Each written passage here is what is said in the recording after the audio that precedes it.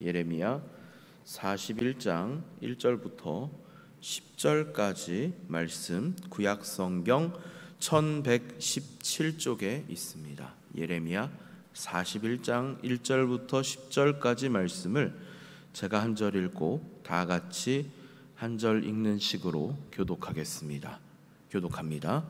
일곱째 달에 왕의 종친 엘리사마의 손자요 느다냐의 아들로서 왕의 장관인 이스마엘이 10사람과 함께 미스바로 가서 아히감의 아들 그다랴에게 이르러 미스바에서 함께 떡을 먹다가 느다냐의 아들 이스마엘과 그와 함께 있던 10사람이 일어나서 바벨론의 왕의 그 땅을 위임했던 사반의 손자 아히감의 아들 그다랴를 칼로 쳐 죽였고, 이스마엘이 또 미스바에서 그다랴와 함께 있던 모든 유다 사람과 거기에 있는 갈대아 군사를 죽였더라.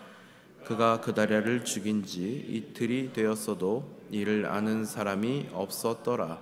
그때에 사람 80명이 자기들의 수염을 깎고 옷을 찢고 몸에 상처를 내고 손에 소재물과 유향을 가지고 세겜과 실로와 사마리아로부터 와서 여호와의 성전으로 나아가려 한지라.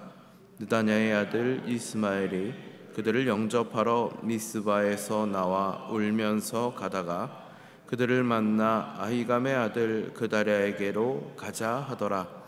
그들이 성읍 중앙에 이를 때에 느다냐의 아들 이스마엘이 자기와 함께 있던 사람들과 더불어 그들을 죽여 구덩이 가운데 던지니라. 그 중에 10사람은 이스마엘에게 이르기를 우리가 밀과 보리와 기름과 꿀을 밭에 감추었으니 우리를 죽이지 말라 하니 그가 그치고 그들을 그의 형제와 마찬가지로 죽이지 아니하였더라. 이스마엘이 그다랴에게 속한 사람들을 죽이고 그 시체를 던진 구덩이는 아사 왕이 이스라엘의 바아사 왕을 두려워하여 팠던 것이라. 느다냐의 아들 이스마엘이 그가 쳐 죽인 사람들의 시체를 거기에 채우고 미스바에 남아있는 왕의 딸들과 모든 백성 곧 사령관 느부사라단이 아히감의 아들 그다랴에게 위임하였던 바 미스바에 남아있는 모든 백성을 이스마엘이 사로잡되 곧 느다냐의 아들 이스마엘이 그들을 사로잡고 암몬 자손에게로 가려고 떠나니라. 아멘. 오늘은 유다 멸망 이후에 혼란에서 얻는 교훈, 유다 멸망 이후에 혼란에서 얻는 교훈이라는 제목으로 본문의 말씀을 함께 살펴보도록 하겠습니다. 역사 속에 존재하던 나라들은 건국의 시기를 거쳐 전성기를 보내고 쇠퇴기를 지나 망하는 것으로 기록됩니다. 나라가 망하려고 하면 자연스럽게 망국의 혼란기가 찾아옵니다. 그리고 또 그것을 어떻게 수습해 보려고 하는 이들도 있고요. 또 기존의 지배 세력으로부터 통치권을 빼앗아서 자신들이 새로운 권력으로 군림하려는 자들도 생깁니다. 또 주변 강대국에 기대어서 일신의 안전을 보장받을 것을 계산하는 이들도 생기죠. 우리 역사 가운데에도 그러한 일들이 있었습니다. 이제 한 100년 정도 전에 대한제국이 멸망하던 그 시기를 생각해 보면 열강들이 힘 대결을 하고 있는 세계 구도 속에서 주변 국가들, 그러니까 뭐 청으로 또 일본으로 러시아로 또 그 외에 서구의 여러 나라들로 각자의 사람들이 자기들 계산을 따라서 움직이던 시기를 거칩니다. 그 안에서 같은 나라 사람들이 서로 그 이견이 일치하지 못해서 각자의 생각을 따라서 이 나라 저 나라와 힘을 합치려 하는 모습을 또 볼 수 있고요. 결국에는 그런 시기를 보내다가 나라가 일제에 의해서 망하게 됩니다. 오늘은 유다가 결국 바벨론에 의해서 이제 그 이름이 역사 속으로 사라져버린 그런 이후에 이어지는 일들을 다루고 있는데요. 만국의 기록인 것 치고도 꽤나 살육의 현장을 기록하고 있습니다. 암몬왕 바알리스는 유다 정벌을 마친 바벨론이 암몬으로 공격해 올 것이라는 소문을 들었습니다. 그러니까 유다와 이웃하고 있는 나라들 역시 바벨론의 위협 가운데 지금 놓여져 있는 상황인데요. 암몬은 나름대로의 계산을 통해서 자신들의 그 명운을 좀 더 길게 가져보고자 이런 수를 사용합니다. 그것이 뭐냐면 유대 왕족인 이스마엘을 부추겨서 바벨론과 힘대결을 하게 만드는 것입니다. 그래서 이스마엘을 부추겨 그다랴를 암살할 것을 이렇게 유도하죠. 이 그다랴라고 하는 인물은 제가 전에 한번 설교할 때 잠깐 소개를 했었는데 서기관 사반의 손자입니다. 그리고 그는 바벨론에 의해서 유다 총독이 된 사람이고요. 그가 이 바벨론에 의해서, 그러니까 친바벨론파인 사람으로 유다 총독이 되었다는 것을 우리가 볼 수 있는데, 제가 이것은 어디까지나 예레미야를 통해 선포된 하나님의 말씀을 그다랴가 신뢰했기 때문이라고 설명을 드렸었습니다. 그런데 이 암살 계획이 그다랴의 군대 장관인 요하난을 통해 사실은 미리 전달이 됩니다. 그래서 이스마엘이 자신을 암살하려고 있다라고 하는 소식을 미리 들은 상태입니다. 그런데 그것을 신뢰하지 않습니다. 총독이 살해당한다라고 하면 나라가 어마어마한 혼란을 겪게 될 것이 분명합니다. 그리고 그가 바벨론에 의해 세워진 사람이라고 하는 것을 생각하면 바벨론도 그냥 가만히 있지는 않을 것입니다. 그래서 이 군대 장관인 요하나는 이스마엘의 암살 계획을 그다랴에게 알렸는데, 그런데 사실은 충분히 그러한 계획을 듣고 경계를 할 수 있었을 것으로 생각을 하는데요. 그럴 리 없다고 아예 무시해버리는 모습을 보게 됩니다. 그리고 나서 이제 오늘 본문이 시작을 하는데요. 이스마엘이 그다랴를 찾아와서 같이 식사를 하는 것으로 오늘 본문이 시작을 하죠. 그런데 사실은 이 식사 자리는 그냥 화기애애한 같이 밥 먹는 그런 자리는 아닙니다. 정치적으로 대립하고 있는 두 세력의 대표가 함께 식탁에 앉은 그런 모습이에요. 우리도 뉴스를 보면요, 이렇게 각 여당과 야당의 대표가 같이 회동하는 자리를 볼 수 있는데요. 정치인들은 항상 겉으로는 웃고 있지만 속으로 무슨 계산을 하고 있는지 알 수가 없을 것입니다. 제가 어떤 영화를 봤는데 그 영화 안에서 그런 장면이 나오거든요. 이렇게 한 테이블에 두 사람이 앉아가지고 대화를 나누고 있는데 테이블 밑으로는 총을 꺼내가지고 이렇게 서로 겨누고 있는 그런 장면입니다. 마치 그런 것과 같이 지금 같이 식탁에 둘러앉아 식사를 하고 있을진 모르겠지만 굉장히 긴장된 자리예요. 제가 앞서서 말씀드렸던 것처럼 그다랴는 기본적으로 예레미야가 선포한 하나님의 말씀을 신뢰하고 있는 사람입니다. 이 바벨론의 침략이 하나님의 뜻이니까 거기에 저항하는 것이 아니라 순순히 따르는 것이 그다랴가 지금 세우고 있는 정책이에요. 그것이 유대 민족이 살아날 그런 방법이라고 생각을 하는 것입니다. 그러니까 기꺼이 매국노 소리를 들을 수도 있는 바벨론에 의해 세워진 유대 총독 역할을 하고 있는 것이죠. 그런데 이스마엘은 지금 암몬 왕의 사주를 받아서 그다랴를 암살하려고 하는 것입니다. 이게 표면적으로 보면요, 바벨론에 협조하는 매국노를 처단하는 어떤 민족주의자나 애국자처럼 보일지도 모르겠습니다. 그런데 그 뒤에 이어지는 이야기들이나 아니면 암몬의 사주를 받고 이런 행동을 하는 것을 보면 그냥 그 속에는 사리사욕을 채우고자 하는 검은 속내만 가득한 것처럼 보입니다. 애초에 암몬이 이 이스라엘 민족들과 함께 갈 수가 없거든요. 그러니까 암몬의 사주를 받고 바벨론의 총독을 죽이는 일은 결코 선의에 의해서 나라를 위해서 민족을 위해서 하는 일이라고 볼 수가 없는 것입니다. 긴장이 오가는 식사 자리이면 분명한데요. 그래도 전통적으로 이 고대 근동의 문화는 식탁을 통해서 화목을 도모합니다. 그래서 대개 이 찾아온 손님을 자기가 힘닿는 데까지 대접하는 것이 이 주인에게 주어진 의무인데요. 손님 대접을 얼마나 잘했느냐가 이 사람이 얼마나 훌륭한 사람이냐를 판단하는 기준이 됩니다. 그리고 또 주인이 이렇게 호의를 베풀었을 때 그 또 주인을 향하여서 신뢰할 만한 그런 모습을 보이는 것이 손님에게 주어진 책임이기도 합니다. 그러니까 상호간에 손님을 극진히 잘 대접하고 또 대접받은 만큼 주인에게 자신의 선의를 드러내는 것이 이 고대 근동의 사회가 가지고 있는 기본적인 미풍양속인데요.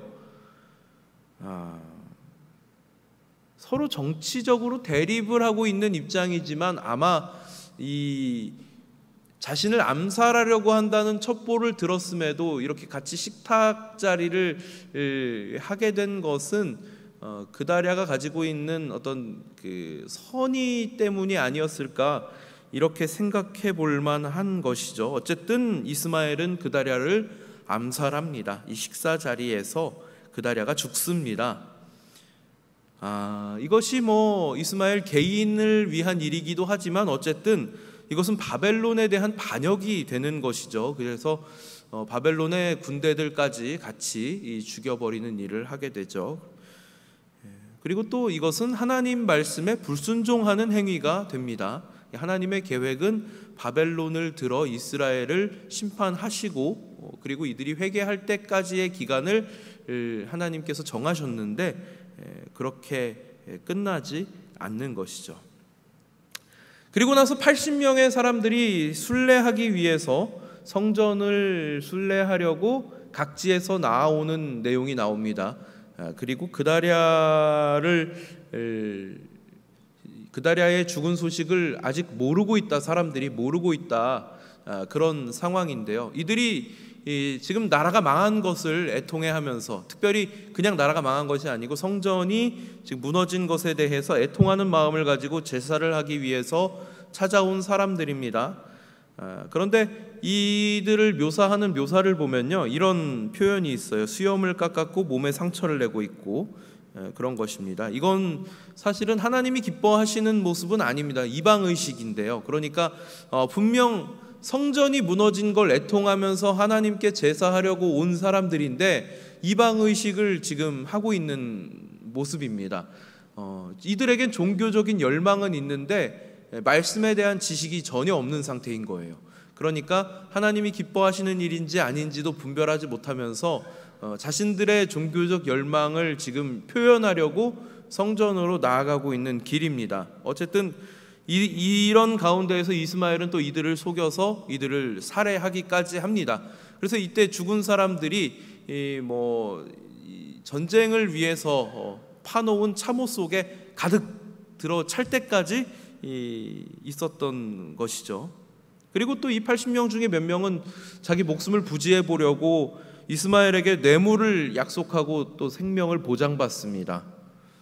그래서 사실은 이 본문의 내용을 쭉 살펴보는 가운데 저는 무슨 생각을 했냐면, 이건 정말 총체적 난국이구나, 이런 생각을 해보았습니다. 나라는 멸망했고 정치적으로 두 입장이 대립하고 있는 가운데 살육의 현장이 발생을 하고, 또 신앙의 열정은 있는데 말씀에 대한 지식은 없는 사람들의 모습을 보게 되는 것이죠. 자기 욕심을 채우고자 무엇이 하나님의 뜻인지를 분별하지 못하는 사람들의 모습을 보면서 이것이 결국 이들의 현실이구나, 이런 생각을 해보았습니다. 그러니까 지금 유다가 멸망한 지 불과 2-3개월밖에 되지 않은 상황인데요, 이게 유다 멸망의 이유인 것입니다. 유다 백성들이 지금 어디에 있는가, 바로 현 주소를 보여주고 있는 그런 내용인 것이죠. 그런데 저는 이걸 읽으면서 오늘날 우리는 어떤가를 생각해 보았습니다. 꼭 우리 모습이 이런 것 같아서 마음 한편이 개운하지 않은 것을 느꼈습니다. 우리 삶 속에서도 하나님은 수많은 사건과 수많은 이야기를 우리에게 보여주시죠. 어떻습니까? 여러분들은 사람을 대하는 태도를 통해서 또 여러 가지 뉴스나 소식들을 접하는 가운데에서 중심을 잡고 하나님의 뜻이 어디에 있는가를 분별하려 하십니까? 아니면 각자의 생각을 따라서 자기가 옳은 바를 쫓아 살고 계십니까? 뉴스를 보면 여전히 골치 아픈 이야기들이 계속되고 있습니다. 지금도 국회에서는 민생과는 상관이 없는 정쟁을 계속하고 있죠. 어떤 사람들은 가진 것도 없고 살기도 팍팍한데요. 제가 최근에 한 뉴스를 봤는데 그 아령으로 자기 손을 묶고 한강에 뛰어든 그런 뉴스를 봤습니다. 너무 정말 상상도 할 수 없는 그런 암울한 뉴스를 접하게 됐는데요. 누가 이런 암울한 현실을 스스로 해결할 수 있겠습니까? 이건 아무리 우리가 발버둥치고 노력한다고 해도 해결될 그런 기미가 보이지 않는 일들입니다. 40장 6절을 보면요, 이 시기에 예레미야는 지금 이 사건이 벌어지고 있는 미스바에 있는 상황입니다. 그런데 오늘 이 일련의 사건들이 진행되는 동안에 예레미야의 이야기는 보이지 않습니다. 예레미야는 등장하지 않아요. 하나님의 사람을 제쳐둔 채 역사의 흐름은 이렇게 비극으로 흘러가고 있는 것입니다. 오늘 이 성경의 기록은 유다 왕국의 멸망 이후의 혼란상을 담백하게 그려내고 있습니다. 마치 남의 이야기 하듯이 그렇게 기록이 되어 있어요. 어쩌면 별것 아닌 것처럼 여겨지는 일상의 사건이 우리의 영적 상태를 보여줄지도 모르겠습니다. 우리의 말 한마디가, 우리의 행동 하나가 우리의 영적 상태를 보여줍니다. 오늘 나의 말과 행동 속에서 과연 하나님의 백성다운 모습이 보일까요? 아니면 세상 사람들과 별반 다르지 않은 그런 모습이 보일까요? 나의 신앙은 지금 어떤 수준에 있는 것인가? 나는 지금 하나님을 의식하며 살고 있는가? 이 혼란기를 극복해낼 그 시작은 바로 우리의 결단과 우리의 순종에 달려있는 것임을 오늘 이 유다 왕국의 멸망 이후 이 혼란상 가운데에서 얻어낼 수 있는 교훈이 아닐까, 이렇게 생각해 보았습니다. 기도하겠습니다. 은혜가 풍성하신 하나님, 오늘 이 유다 왕국이 멸망한 이후에 일어난 일들을 통하여서 저희는 마치 거울을 보는 것과 같이 우리 자신을 비추어 보기 원합니다. 하나님께서는 하나님의 뜻을, 하나님의 사람을 통하여 백성들에게 전하셨는데 백성들은 그 뜻에 순종하지 않았고, 하나님 기뻐하시는 일은 무엇인지, 우리가 해야 할 일은 무엇인지 바르게 분별하지 못하고 사람들이 각자 자기 소견을 따라 자기들이 생각하기에 옳은 일을 행하고 있는 모습을 봅니다.